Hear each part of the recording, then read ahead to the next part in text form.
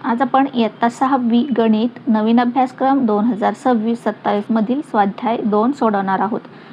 आता स्वाध्याय 2 सोडवण्यापूर्वी आपण सराव संच 2.2 सोडवला आहे. त्यामध्ये कोणांविषयीची सगळी माहिती आपण समजावून सांगितली आहे. स्वाध्याय 2 सोडवण्याआधी सराव संच 2.2चा व्हिडिओ नक्की पहा. आता इथे पहा, अचूक पर्याय निवडा. पूर्ण कोणामध्ये टिंबटिंब काटकोन असतात. आता पूर्ण कोण किती मापाचा असतो? 360 अंशाचा. म्हणजे ही एक भुजा आणि पुन्हा फिरून अशी एक भुजा एकावर एक येते. म्हणजे हा जो कोण तयार होतो तो असतो पूर्ण कोण. म्हणजेच एक वर्तुळ इथे तयार होतं. आणि मग वर्तुळात आपल्याला किती काटकोन सापडतील पूर्ण कोणामध्ये? हा एक काटकोन, हा एक काटकोन आणि हा एक काटकोन. पूर्ण कोण म्हणजेच एक वर्तुळ 360 अंशाचं. आणि मग 360 मध्ये किती काटकोन होतील? 360 भागिले 90 अंशाचे काटकोन असतात. हा शून्य गेला, हा शून्य गेला. 9 1 9, 9 2 18, 9 3 27, 9 4 36. म्हणजेच 4 काटकोन होतात. हा एक काटकोन, हा एक दुसरा, हा एक तिसरा आणि हा एक चौथा. 1 2 3 4. किती काटकोन तयार झाले? पूर्ण कोणामध्ये 4 काटकोन तयार झाले. म्हणजे पर्याय ड. पूर्ण कोणामध्ये 4 काटकोन असतात.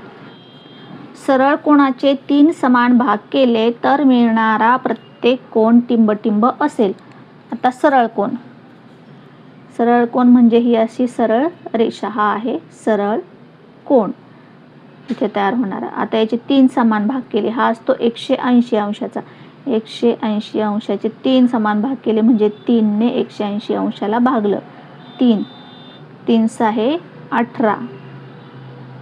18 मधून 18 गेले, 0 वरचा 0 खाली घेतला. 3 ने परत भाग दिला शून्याला. 3 0 0 0. किती आले? 60 अंश. म्हणजे प्रत्येक कोण किती अंशाचा असेल? 60 अंशाचा. हा इथे एक तयार होईल, इथे एक, इथे एक. 180 अंशाच्या कोणाचे 3 समान भाग केले तर प्रत्येक कोण 60 अंशाचा तयार होईल. मग 60 अंशाचा कोण कोणत्या प्रकारचा असतो? लघुकोण, शून्यकोण, विशाल कोण की काटकोण? 60 अंशाचा कोण म्हणजे 90 पेक्षा छोटा आणि 0 पेक्षा मोठा. म्हणजेच तो असतो लघुकोण. म्हणजे सरळ कोणाचे 3 समान भाग केले तर मिळणारा प्रत्येक कोण हा लघुकोण असतो.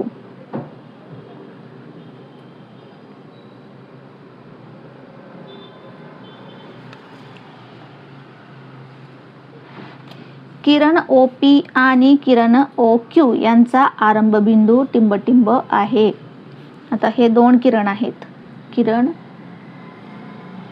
OP काढला आपण. OP. आता OQ काढायचा. OQ यांचा आरंभबिंदू कोणता आहे? O. O पासून सुरू होतोय. हा पण O पासून सुरू होतोय. म्हणजे यांचा आरंभबिंदू आहे O.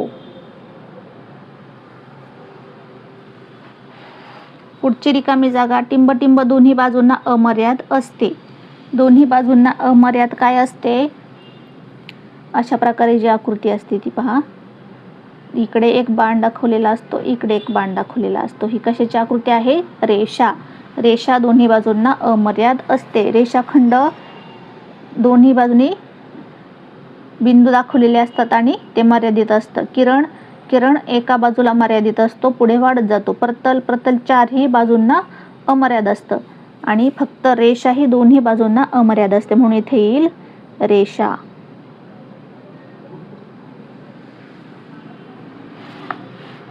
आता दुसरा प्रश्न आहे जोड्या जुळवा.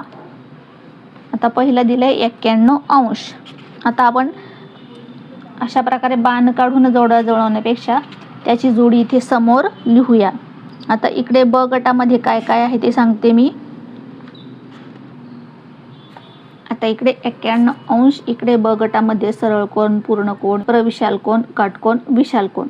आता 91 अंशाचा कोण म्हणजेच 180 अंशापेक्षा छोटा आणि 90 अंशापेक्षा मोठा. तो कोण कोणता असतो? विशाल कोण. म्हणजे याची जोडी एक काय येईल? विशाल कोण. 91 अंशापुढं विशाल कोण.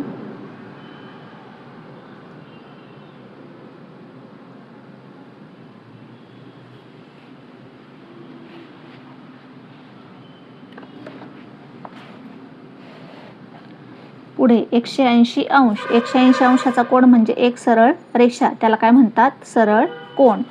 म्हणजे 180 अंशाची जोडी येईल सरळ कोन.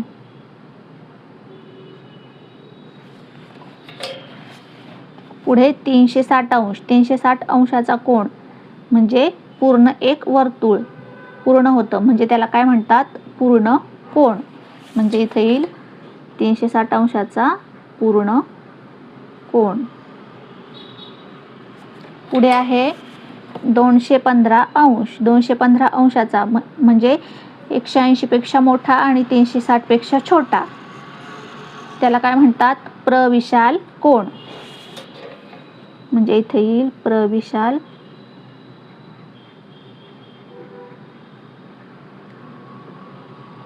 कोन. पुढे आहे 90 अंश. 90 अंशाच्या कोणाला काय म्हणतात? काटकोन. मग इथं काय येईल? 90 अंशापुढे काटकोन. पुढचा प्रश्न, प्रश्न तिसरा. पुढील आकृती पाहून उत्तरे लिहा. आपल्याला एक अशा प्रकारची आकृती दिली आहे. त्या आकृतीवर पहिला प्रश्न आहे, आकृतीत दिसणाऱ्या किरणांची नावे लिहा. आता किरण म्हणजे काय? एकाच आरंभ बिंदूपासून सुरू होऊन एकाच दिशेने अमर्याद वाढणारा म्हणजे किरण. आता असे किती किरण आपल्याला दिसत आहेत? खूप सारे किरण आहेत. आपण एकाचं नाव लिहूया. किरणाचं नाव कसं लिहितात? आरंभ बिंदूपासून सुरू करून पुढचा बिंदू घेतात. आधी आरंभ बिंदू आणि मग नंतर पुढचा बिंदू. म्हणजे या किरणाचं नाव, हा एक किरण आहे, याचं नाव आपण कसं लिहिणार? किरण डी ए. ए डी असं लिहिणार नाही, किरण डी ए. एक किरण आपल्याला सापडला, किरण डी ए. आणखी ई सी.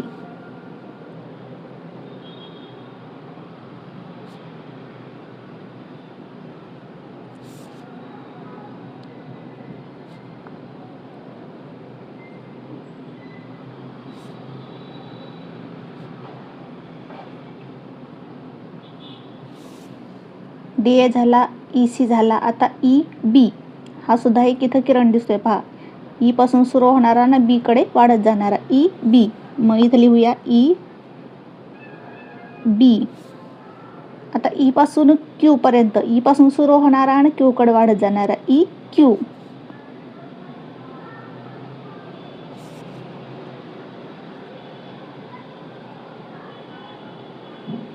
किरण डी पासून सुरू होणारा आणि पी कडे वाढत जाणारा, डी पी.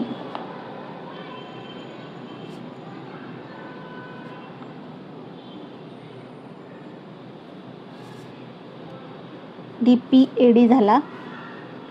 हे दोन झाले, हा पण झाला. आता खालचा ई एफ. किरण ई पासून सुरू होणारा आणि एफ कडे वाढत जाणारा, किरण ई एफ.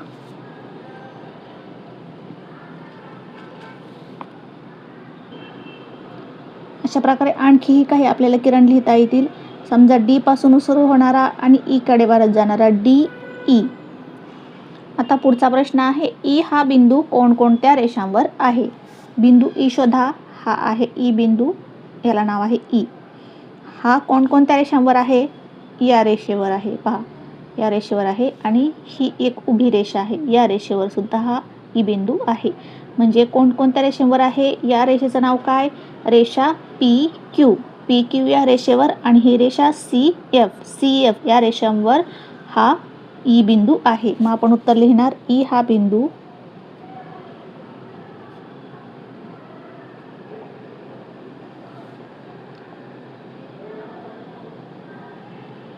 रेषा पी क्यू व रेषा सी एफ या रेषांवर आहे.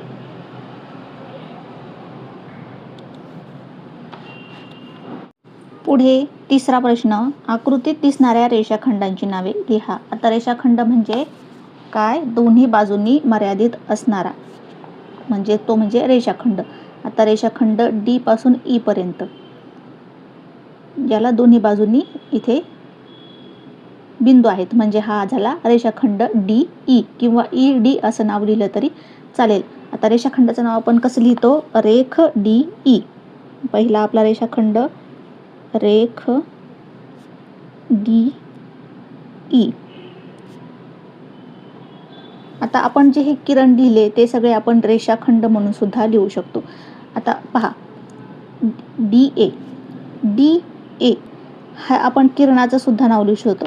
डी एच्या पुढे आपण किरण लिहिलं तर तो किरण होतो, आणि डी एच्या पुढं रेख डी ए लिहिलं तर तो होईल रेषाखंड. कारण रेख डी ए म्हटलं तर आपण फक्त इथपासून इथपर्यंतच घेणार, आणि किरण डी ए म्हटलं तर आपण डी पासून सुरुवात करून ए कडे पुढे इकडे हा किरण डी ए धरणार, आणि याच डी ए पुढे आपण रेख डी ए लिहिलं तर तो होईल इथपासून इथपर्यंत रेख डी ए, म्हणजे हा सुद्धा आहे एक रेषाखंड.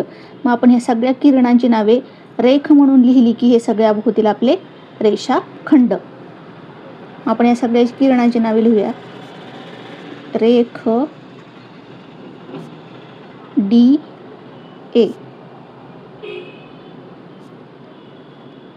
रेख ई सी, हा सुद्धा एक रेषाखंड. या दोन्ही बाजूंनी बिंदू आहेत ई सी पर्यंतच. E C. रेख ई बी, ई पासून बी पर्यंत. E B. रेख ई क्यू, रेख ई एफ,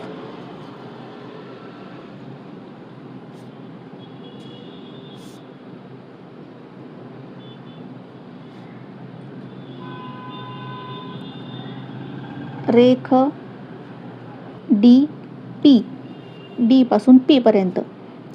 डी पी.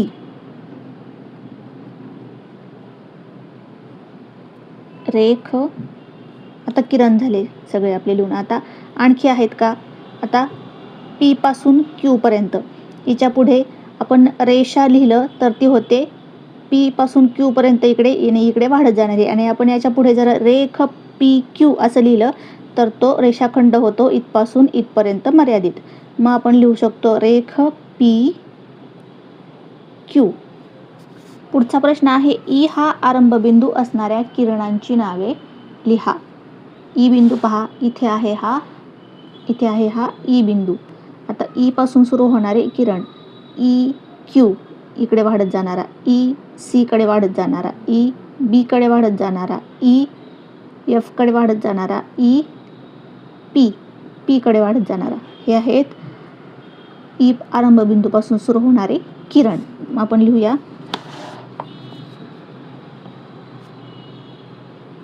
किरण ई सी, किरण ई क्यू,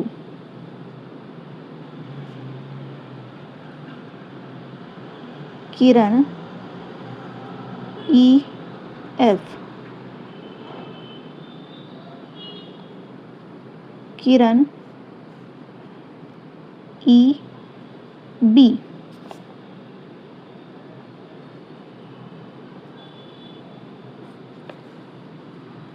किरण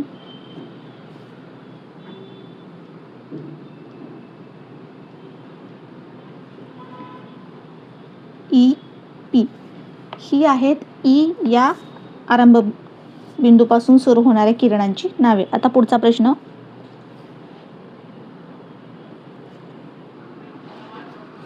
प्रश्न, कोन BEQ हा कोणत्या प्रकारचा कोन आहे? त्याच्या भुजांची नावे लिहा. आकृतीमध्ये पहा BEQ.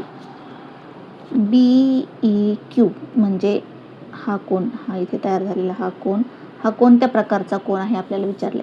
आता इथे 90 अंशाचा कोण आपल्याला दिसत आहे. 90 अंशापेक्षा हा इकडे पुढे आहे म्हणजे 90 अंशापेक्षा मोठा आहे. आणि इथे 180 अंशाचा कोण आहे त्याच्यापेक्षा छोटा आहे. आणि 90 अंशापेक्षा मोठा आणि 180 अंशापेक्षा छोटा असणाऱ्या कोणाला विशाल कोण म्हणतात. म्हणजे हा कोणत्या प्रकारचा कोण आहे, विशाल कोण आहे. मग आपण लिहूया कोण BEQ हा विशाल कोण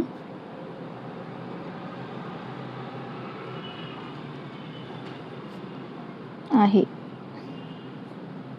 त्याच्या भुजांची नावे लिहायची सांगितलीत आपल्याला. मग त्याच्या भुजा लिहूया आपण. भुजा. आता भुजा पहा आकृतीमध्ये. BEQच्या भुजा किरण EB आणि EQ या आहेत. किरण EB व किरण EQ. चौथा प्रश्न, सोबतच्या आकृतीमधील कोणांची नावे लिहून त्याचे प्रकार लिहा. आकृती दिली आहे पहा. आपल्याला कोणकोणते कोण इथे दिसत आहेत पहा. आता पहिला कोण POQ हा कोण दिसत आहे. 90 अंशापेक्षा थोडासा मोठा म्हणजे 91-92 अंशाचा असा हा कोण आहे. मग 90 अंशापेक्षा मोठा कोण आणि 180 अंशापेक्षा छोटा म्हणजे तो विशाल कोण आहे. मग आपण याचं नाव लिहूया कोण POQ. कोण POQ याचा प्रकार विशाल कोण.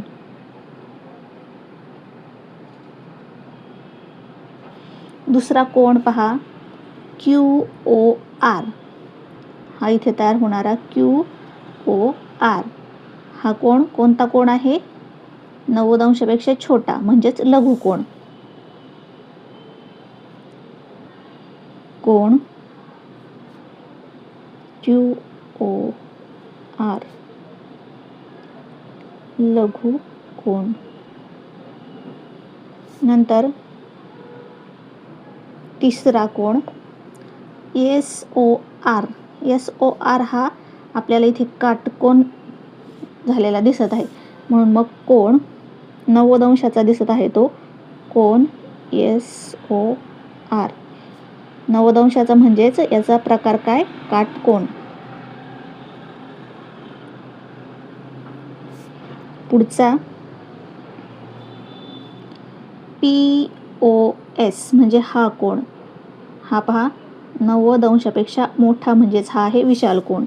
कोण POS हा आहे विशाल कोण. कोणाचं चिन्ह लिहिलं तरी चालतंय. आता आणखी सुद्धा आपल्याला कोण याच्यात सापडतील. आता हा पण कोण घेतला QOS हा कोण जर आपण घेतला आणि असा इकडून जर धरला तर तो आहे प्रविशाल कोण. मग प्रविशाल कोणाच्या प्रकारातला एक कोण लिहायचा म्हणून आपण हा QOS हा एक कोण लिहूया. आता QOS POR हा एक विशाल कोण आपल्याला सापडेल. POS हा एक प्रविशाल कोण सापडेल. मग हा लिहूया आपण QOS हा असा कोण QOS प्रविशाल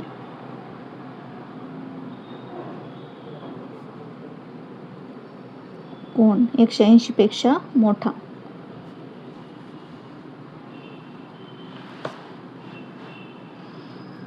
पाचवा प्रश्न, खालील प्रत्येक आकृतीतील लघुकोणांची संख्या लिहा. ही आपल्याला A आकृती दिली आहे, B आकृती, C आकृती आणि D आकृती इथं आपल्याला काढायची सांगितलेली आहे. आता खालील प्रत्येक आकृतीतील लघुकोणांची संख्या लिहा. आता हा त्रिकोण आहे, हा एक त्रिकोण आहे. पहा इथे एक कोण झाला आहे लघुकोण. हा असा आणि हा असा 1 2 3. पहिल्या आकृतीत आपल्याला किती सापडले 3. आता पुढच्या आकृतीत आपल्याला न मोजता सापडता शोधता येतील. कसे? या आकृतीत त्रिकोण किती झालेत पहा. हा एक त्रिकोण 1, हा एक त्रिकोण 2, हा तिसरा त्रिकोण 3 आणि हा चौथा त्रिकोण 4. 4 त्रिकोण झाले आहेत. एका त्रिकोणाला किती कोण आपण मोजले? 3. मग 4 त्रिकोणाचे किती होतील? 12. 4 त्रिकोणाचे 12 कोण आपण इथे धरू शकतो किंवा मग मोजू सुद्धा शकतो. पहा, 1, 2, 3. या त्रिकोणाचे 3, या त्रिकोणाचे 1, 2, 3, 3 आणि 3 6. या त्रिकोणाचे 1, 2, 3, 3 त्रिकोण 9 आणि या त्रिकोणाचे 1, 2, 3, 3 चौक 12. असे याचे किती? 12. मग आपण उत्तर लिहायला सुरुवात करूया. इथे काय सांगितले आपल्याला? आकृतीतील लघुकोणाची संख्या. मग लघुकोनांची संख्या ए आकृतीमध्ये 3, बी आकृतीमध्ये किती? 12. सी आकृतीमध्ये आपण आता शोधूया. आता सी आकृतीमध्ये त्रिकोण किती आहेत पहा. हे 1, 2, 3, हा 4, 5, 6 आणि आतला एक 7. म्हणजे एका त्रिकोणाचे 3, तर 7 त्रिकोणांचे किती होतील? 7 त्रिक 21. 21 कोण आपल्याला 21 लघुकोण आपल्याला या आकृतीमध्ये सापडतील. आपण मोजून पाहूया. पहा, या त्रिकोणाचे 1, 2, 3, या त्रिकोणाचे 4, 5, 6 आणि हा जो त्रिकोण आहे 7, 8, 9. आता ए मधले छोटे त्रिकोण पहा. 10, 11, 12, 13, 14, 15, 16, 17, 18, 19, 20, 21. याच्यात किती सापडले? 21. आता आपल्याला पुढे हा प्रश्न दिलाय, त्याच्यामध्ये डी ही आकृती आपल्याला काढायला सांगितली. आता डी आकृती कशी येईल? मग त्याच्यातले आपल्याला कोण पण मोजता येतील. पहा, पहिल्यांदा एक त्रिकोण आहे, नंतर 2 त्रिकोण आहेत, त्याच्यात एक उलटा त्रिकोण काढलाय, पुन्हा त्यात पुन्हा सरळ त्रिकोण काढलाय. तिसऱ्या आकृतीत पहिला त्रिकोण, त्यातला उलटा त्रिकोण आणि पुन्हा त्यात सरळ त्रिकोण काढलाय. आता याच्यात पहिला त्रिकोण, दुसरा उलटा त्रिकोण, तिसरा सरळ त्रिकोण आणि चौथा उलटा त्रिकोण आपल्याला काढावा लागेल. मग आपण डी ही आकृती काढूया. पहा, पहिल्या आकृतीत 1, दुसऱ्या आकृतीत 2, तिसऱ्या आकृतीत 3, चौथ्या आकृतीत आता पहिला सरळ, दुसरा उलटा, तिसरा सरळ, चौथा उलटा येईल. आता मग उलटा एक त्रिकोण आपण इथे काढूया. अशा प्रकारची ही चौथी आकृती आपली तयार होईल. आता पुढे याच्यातले पण आपल्याला त्रिकोण मोजायचे आहेत. आता याच्यात त्रिकोणांची संख्या किती होईल पहा. त्या प्रकारे यामध्ये कोणांची संख्या येईल. हा 1, 2, 3, 4, 5, 6, 7, 8, 9 आणि 10. याच्यात किती आहेत? 10 त्रिकोण आहेत. म्हणजे 10 एका त्रिकोणाचे 3, तर 10 त्रिकोणांचे 30. म्हणजे 30 लघुकोण इथे या आकृतीत सापडतील. तर आपण मोजून पाहूया. 1, 2, 3, 4, 5, 6, 7, 8, 9. आता आतल्या त्रिकोणांचे 10, 11, 12, हा एक त्रिकोण 13, 14, 15, 16, 17, 18, 19, 20, 21, 22, 23, 24, 25, 26, 27, 28, 29, 30. बरोबर 30 आपल्याला लघुकोण इथे सापडले. मोजायची सुद्धा गरज नाही. मग डी या आकृतीमध्ये आपल्या किती सापडले? लघुकोण 30. आता पुढे काय सांगितले? लघुकोणांची संख्या शोधा. आता पुढे प्रश्न आहे, यावरून वरील मालिकेत डी ठिकाणी येणारी योग्य आकृती काढा. ती आपण काढली आणि त्यामध्ये किती लघुकोण आहेत ते लिहा. ते पण आपण लिहिले. आता लघुकोणांच्या संख्येमध्ये कोणता आकृतिबंध आढळतो? आता आकृतिबंध कोणता आढळतोय ते आपल्याला लिहायचे. म्हणजे आकृतिबंध म्हणजे काय? आता हा 3 नंतर आलेत 12, 12 नंतर आलेत 21, 21 नंतर आलेत 30. मग या संख्यांमध्ये काय संबंध आहे ते आपल्याला लिहायचे.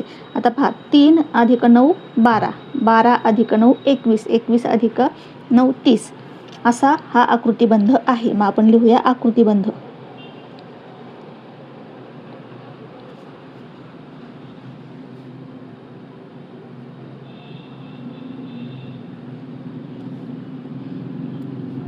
तीन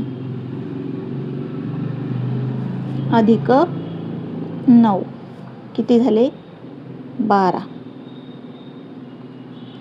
अधिक 9 किती झाले? 21 अधिक 9 किती झाले? 30. हा आकृतिबंध या संख्यांमध्ये आहे. +9 + 9. पुढचा प्रश्न 6वा. लघुकोन, काटकोन आणि विशाल कोन असलेले एक मुक्त चित्र काढा व त्यात रंग भरा.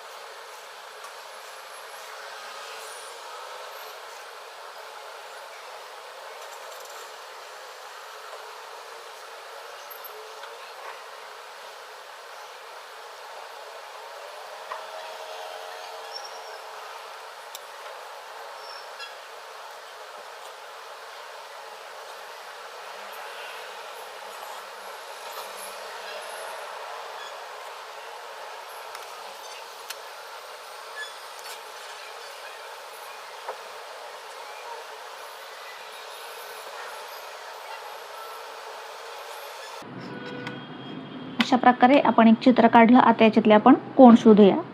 कुठलंही चित्र आपण काढू शकतो. आता हा आपला आहे एकावर एक म्हणजे आहे पूर्ण कोन.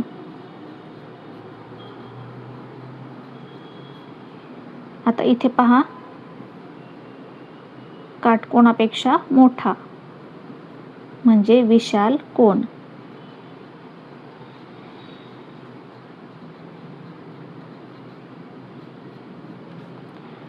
आता भिंतीच्या कोपऱ्यामध्ये पहा किंवा मग दरवाजाच्या तिथे, दरवाजाच्या चौकटीत इथे आपल्याला सापडतोय काटकोन. काटकोन. ह्या घराच्या छतामध्ये पहा, इकडून असा आपण हा घेतला तर हा आहे प्रविशाल कोन.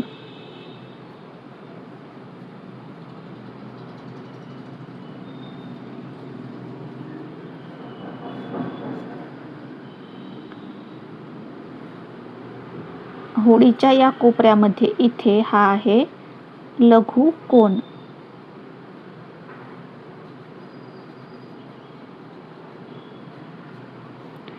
आता बऱ्याच ठिकाणी आपल्याला काटकोन, लघुकोन अशा कोणांचे सगळे प्रकार इथे सापडतील.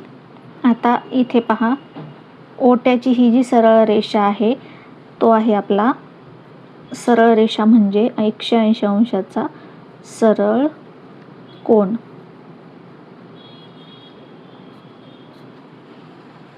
अशा प्रकारे हे आपण चित्र काढलं.